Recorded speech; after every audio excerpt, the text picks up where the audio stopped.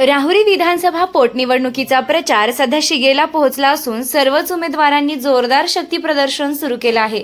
अशातच अपक्ष व स्थानिक उमेदवार रावसाहेब खेवरे नाना यांनी काढलेल्या भव्य प्रचार रॅलीने शहरात विशेष लक्ष वेधून घेतलं। राहुरी शहरातून निघालेल्या या रॅलीला नागरिकांचा उत्स्फूर्त प्रतिसाद लाभला। मोठ्या संख्येने कार्यकर्ते, समर्थक आणि स्थानिक नागरिक रॅलीत सहभागी झाले होते।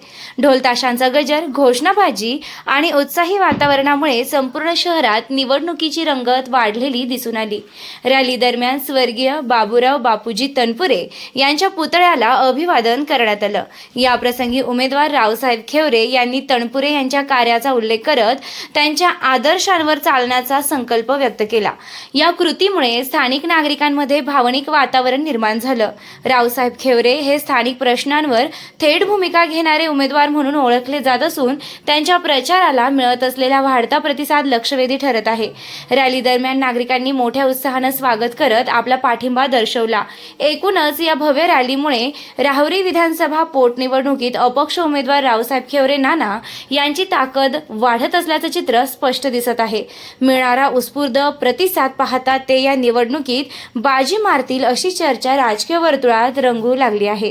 निवडणुकीचं जेव्हा मूळ चालू निवडणूक झाली तेव्हा पहिल्यांदा मी ह्या तालुक्यात जे क्रांतिकारी पुढारी होऊन गेले, स्वर्गीय बाबूराव दादा, रामदास पाटील धुमाळ, काल पवार, सर्जेराव गाडे, पी.बी. कडू पाटील, वने पाटील, लक्ष्मण पाटील कदम, साबळे पाटील, शिवाजीराजे गाडे, ह्या लोकांचा वारसा घेऊन मी या निवडणुकीला सामोरं गेलो, यांचे विचार घेऊन या निवडणुकीला सामोरं गेलो।